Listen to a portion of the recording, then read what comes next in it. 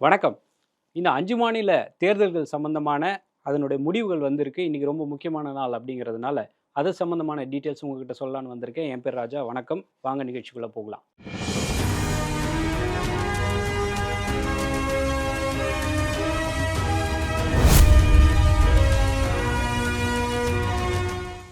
இந்த 5 மாநில தேர்தல் வந்து வேற வேற காலகட்டங்கள்ல வெவ்வேறு டேட்ஸ்ல நடந்த எலெக்ஷன்ஸ், அதனோட ரிசல்ட்ஸ் திங்கட்கிழமை மதியத்துக்கு மேல வீடியோ பதிவு பண்றோம். இந்த போக்கு எப்படி இருக்கு அப்படிங்கிற சம்பந்தமான டீட்டெயில்ஸை உங்ககிட்ட ஷேர் பண்றேன்.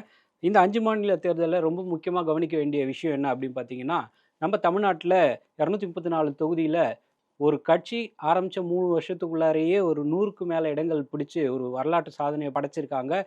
தாவேகா அவங்க 100க்கு மேற்பட்ட இடங்கள்ல இப்போ வரைக்கும் இந்த வீடியோ பதிவு பண்ற வரைக்கும் 100க்கும் மேற்பட்ட இடங்கள்ல அவங்க முன்னிலையில இருக்காங்க.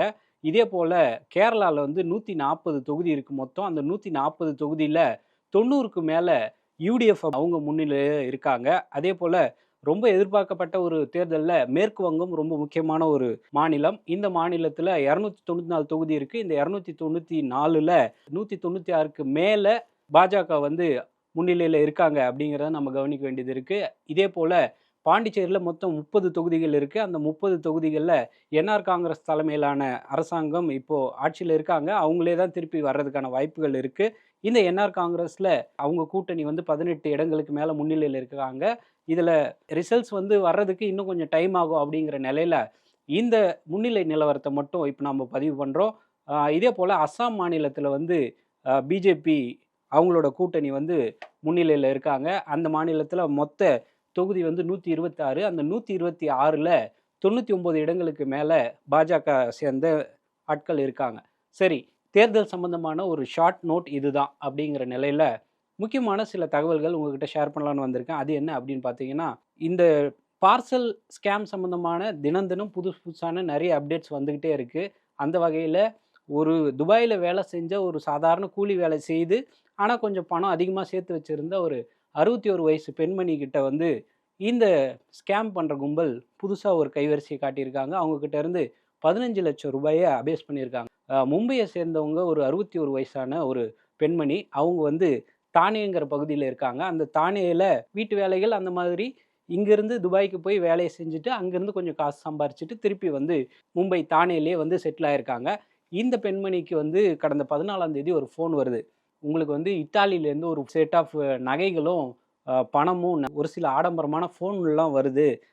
அது வந்து கஸ்டம்ஸில் மாட்டியிருக்கு. நீங்கள் அதை வெளியில் எடுக்கணும் அப்படின்னாக்கா நீங்கள் வந்து அக்கௌண்ட்டில் 15 லட்ச ரூபாய்க்கு மேலே நீங்கள் வந்து போட வேண்டியது இருக்கும். அப்படி நீங்கள் எடுத்துட்டிங்கன்னா அந்த மொத்த நகை பணம் அப்புறம் ஃபோன் விலை உயர்ந்த ஃபோன் எல்லாமே உங்களுக்கு தான் அப்படின்னு சொல்லி ஆசை காட்டுறாங்க முதல்ல. இல்லை எனக்கு அது தேவையில்லை அப்படின்னு இந்த லேடி மறுக்கிறாங்க. அதே நேரத்தில் இந்த பார்சலை நீங்கள் வந்து 22ஆம் தேதிக்குள்ளார வந்து எடுத்துக்கல அப்படின்னாக்கா உங்கள் மேலே வந்து சட்ட ரீதியாக நடவடிக்கை எடுக்கப்படும். நீங்கள் திருப்பி துபாய்க்கே போக முடியாது அப்படிங்கிற ஒரு சிச்சுவேஷனில் இந்த கும்பல் வந்து வேற ஒரு டாக்டிக்ஸை ஃபாலோ பண்ணுறாங்க. இதில் பயந்து போன அந்த 61 வயசு பெண்மணி அவங்க சொன்ன அந்த அக்கௌண்ட் நம்பருக்கு காசையும் அனுப்பி விட்டுருக்காங்க. ரூ. 1 ரூ. 2 இல்ல 15,60,000 இந்த பெண்மணி அனுப்பி விட்டுருக்காங்க. போனது தான் இதுவரைக்கும் அந்த பணம் திருப்பி வரவே இல்லை. நம்ம டெய்லி சாப்பிட்ற சைவ பிரியர்களில் நான்வெஜ்ஜுக்கு ஈக்குவலாக வந்து சாப்பாடுகளில் பன்னீர் அப்படிங்கிற அந்த உணவுப் பொருளை அதிகமாக எடுக்கிறத நம்ம பார்க்க முடியும். இப்போ அந்த பன்னீர்லேயும் ஒரு பிரச்சனை வந்திருக்கு. அப்படின்னா உத்தரப்பிரதேச மாநிலத்தில் அலிகார் அப்படின்னு ஒரு ஊர் இருக்குது. அந்த அலிகாருங்கிற பகுதியில் உணவு பாதுகாப்புத்துறை அதிகாரிகள் திடீர்னு போய் ஒரு சோதனையில் ஈடுபடுறாங்க. அவங்களுக்கே ரொம்ப ஷாக்கிங் ஆகி 1500 கிலோவுக்கு மேலே பார்க்குறதுக்கு நிஜமான பன்னீர் எப்படி இருக்குமோ அதே மாதிரியான இந்த ஒரு கன்சிஸ்டன்சியில் ஒரு பொருளை ரெடி பண்ணுறாங்க. பார்க்குறதுக்கு சாப்பிட்டு பார்க்குறதுக்கு ஒரே மாதிரி இருக்குது. ஆனால் அது வந்து பன்னீரே கிடையாது. போலியான பன்னீர் தயாரிச்சிருக்காங்க உத்தரப்பிரதேசத்தில். ஒரு வார இடைவெளிக்குள்ளாரையே இந்த மாதிரி போலியான பன்னீர் வந்து உத்தரப்பிரதேசத்தில் அதிகமாக கண்டுபிடிக்கப்பட்டிருக்கிறதுனால இது நாடு முழுக்க எங்கெங்கெல்லாம் இந்த மாதிரியான போலியான பன்னீர் அனுப்பியிருக்காங்க அப்படிங்கிறதையும் உணவு பாதுகாப்புத்துறை அதிகாரிகள் தொடர்ந்து இந்த ஆய்வுகளையும் மேற்கொண்டுட்டு இருக்காங்க. இந்த போலி பன்னீர் நாடு முழுக்க எங்கெங்கே கிடைக்குது அப்படிங்கிறத விசாரிங்க அப்படின்னு சொல்லி எல்லாருக்குமே ஒரு அலர்ட்டாகவும் கொடுத்துருக்காங்க. ஸோ சைவ பிரியர்கள் யாராவது பன்னீர் சாப்பிட்றீங்க அப்படின்னா இது உண்மையிலே அது பன்னீர் தானா, உங்களுக்கு வழக்கமாக சாப்பிட்ற ஒரு டேஸ்ட் இருக்குதா அப்படிங்கிறத ஒரு வாட்டி செக் பண்ணிக்கோங்க. ஏன்னா நாடு முழுக்க இந்த கும்பல் போலியான ப்ராடக்டை தயாரித்து விற்றுருக்காங்க அப்படிங்கிற ஒரு அதிர்ச்சிகரமான தகவலும் கிடைக்க வந்திருக்கு. இது மட்டும் இல்லாமல் ஆஸ்ட்ரியா அப்படின்னு ஒரு ஊரில் கொஞ்சம் ஒரு 2 வாரத்துக்கு முன்னாடி நாம் இதே சேனலில் ஒரு குழந்தைங்க சாப்பிட்ற உணவுப் பொருள்ல வந்து எலி விஷம் வந்து கலந்திருந்தாங்க அப்படின்ற ஒரு தகவலை நம்ம சொல்லியிருந்தோம். அந்த செய்தியில முக்கியமான ஒரு திருப்பம் கிடைச்சிருக்கு. அது என்ன அப்படின்னு பார்த்தீங்கன்னா, அந்த ஆஸ்திரியால ஹிப் அப்படிங்கிற ஒரு பேர்ல குழந்தைகள் சாப்பிடுற உணவுப் பொருட்கள வியாபாரம் பண்ற ஒரு கம்பெனி இருக்கு. ஹிப்புங்கிற கம்பெனி. அந்த கம்பெனியோட உணவுப் பொருள் வாங்கிட்டு போனவரு, தன்னோட குழந்தைக்கு சாப்பாடு குடுக்குறதுக்கு முன்னாடி, "இதுல வந்து எலி மருந்து வாசனை வருது" அப்படின்னு சொல்லி கடையில போய் முறையிட்டுருக்காங்க. அந்த சம்மந்தப்பட்ட நிறுவனம் வந்து உடனடியா, "ஐயோ! எங்க மேல ஏதோ தப்பு நடந்திருக்கு" அப்படிங்கிறது தெரிஞ்சுக்கிட்டு, அந்த பொருட்கள்லாம் திரும்ப எடுக்க ஆரம்பிச்சாங்க. அந்த திரும்ப பெறப்பட்ட அந்த பொருட்கள்ல சோதனையில செக் பண்ணி பார்த்தது உண்மையிலேயே எலி விஷம் இருந்தது அப்படிங்கிறதெல்லாம் நம்ம கொஞ்சம் முன்னாடி சொல்லியிருந்தோம். இப்ப அந்த விஷயத்துல அந்த ஹிப் கம்பெனிக்கு இமெயில் மூலமா ஒரு ஆள் மிரட்டல் விடுறாரு.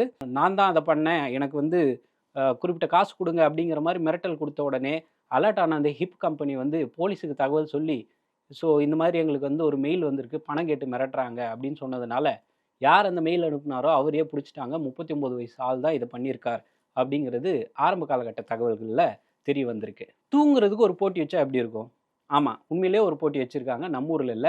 சவுத் கொரியால சியோல் அப்படின்னு ஒரு ஊர் இருக்கு. தென் கொரியால சியோல் அப்படிங்கிற பகுதியில எப்ப பார்த்தாலும் இவங்க வேலையே செஞ்சுகிட்டு இருக்காங்க. இவங்களுக்கு வந்து ஒரு ஓய்வே இல்ல. எப்பவுமே இதே மாதிரி ஒரு தூங்காத மனநிலையிலே இருக்காங்க. இவங்களுக்கு வந்து அத பத்தி ஒரு அவேர்னஸ் கிரியேட் பண்ணணும் அப்படிங்கிறதுக்காக 170 பேர வந்து ஒரு வித்தியாசமான போட்டிக்கு ஏற்பாடு பண்றாங்க. அந்த வித்தியாசமான போட்டியில என்ன சொல்றாங்கன்னா, இந்த 170 பேரும் வந்து ஓப்பனான ஏரியால அவங்கள வந்து சடனா தூங்கணும். இதுதான் அவங்களுக்கு குடுக்கப்படுற டாஸ்க்.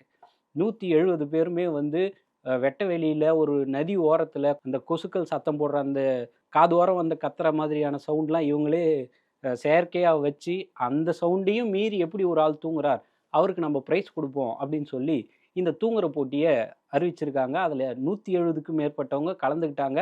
ஒவ்வொருத்தரும் தூங்குறத பார்த்தா, "எப்பா என்ன இவங்க இப்படி தூங்குறாங்க?" அப்படிங்கிற மாதிரியான அந்த நடுவர்களே குழம்பி போயிட்டாங்க அப்படிங்கிறது தான் நாம தெரிஞ்சுக்க வேண்டிய ஒரு முக்கியமான அப்டேட். இந்த ஈரான், அமெரிக்கா போர் தொடர்பான விஷயங்கள் டெய்லி நம்ம வந்து ஏதோ ஒரு வகையில அதுல அஃபெக்ட் ஆயிட்டு இருக்கோம் அப்படிங்கிற நிலையில, ப்ராஜெக்ட் ஃப்ரீடம் அப்படிங்கிற பேர்ல இந்த ஒரு புது திட்டத்த அமெரிக்க அதிபர் டொனால்ட் ட்ரம்ப் வந்து அறிவிச்சிருக்காரு. ஏற்கனவே இந்த ஸ்ட்ரெய்ட் ஆஃப் ஹார்முஸ் ஈரான் தரப்புல இருந்து நிறுத்தப்பட்டிருக்கிற அந்த ஸ்ட்ரெய்ட் ஆஃப் ஹார்முஸ்ல மாசக்கணக்குல சொல்லப் போனோம்னா 2 மாசம் முழுசா அந்த ஸ்ட்ரெய்ட் ஆஃப் ஹார்முஸ்ல ஏராளமான கப்பல்கள் மாட்டியிருக்கு. "எங்கள விட்டா போதும், நாங்க தப்பிச்சு எங்க சொந்த ஊருக்கே போயிடுறோம். எங்கள விட்டுருங்க, அலோவ் பண்ணுங்க" அப்படின்னு சொல்லி எல்லா தரப்புல இருந்தும் கோரிக்கை வந்ததுனால, இந்த ப்ராஜெக்ட் ஃப்ரீடம் அப்படிங்கிற ஒரு திட்டத்த அமெரிக்கா வந்து முன்னெடுத்திருக்காங்க. அது என்ன ப்ராஜெக்ட் ஃப்ரீடம் அப்டின்னா, ஏற்கனவே உள்ள மாட்டியிருக்கிற கப்பல்கள யாரும் எந்த டிஸ்டர்பன்ஸும் பண்ணக்கூடாது.